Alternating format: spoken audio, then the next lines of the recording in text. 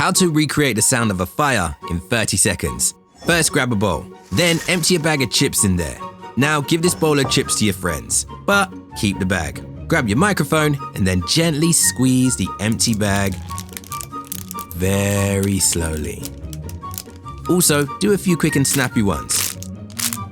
Last, softly blow directly in the microphone for about 5 seconds. Line these sounds to the footage and you'll have something like this. And that is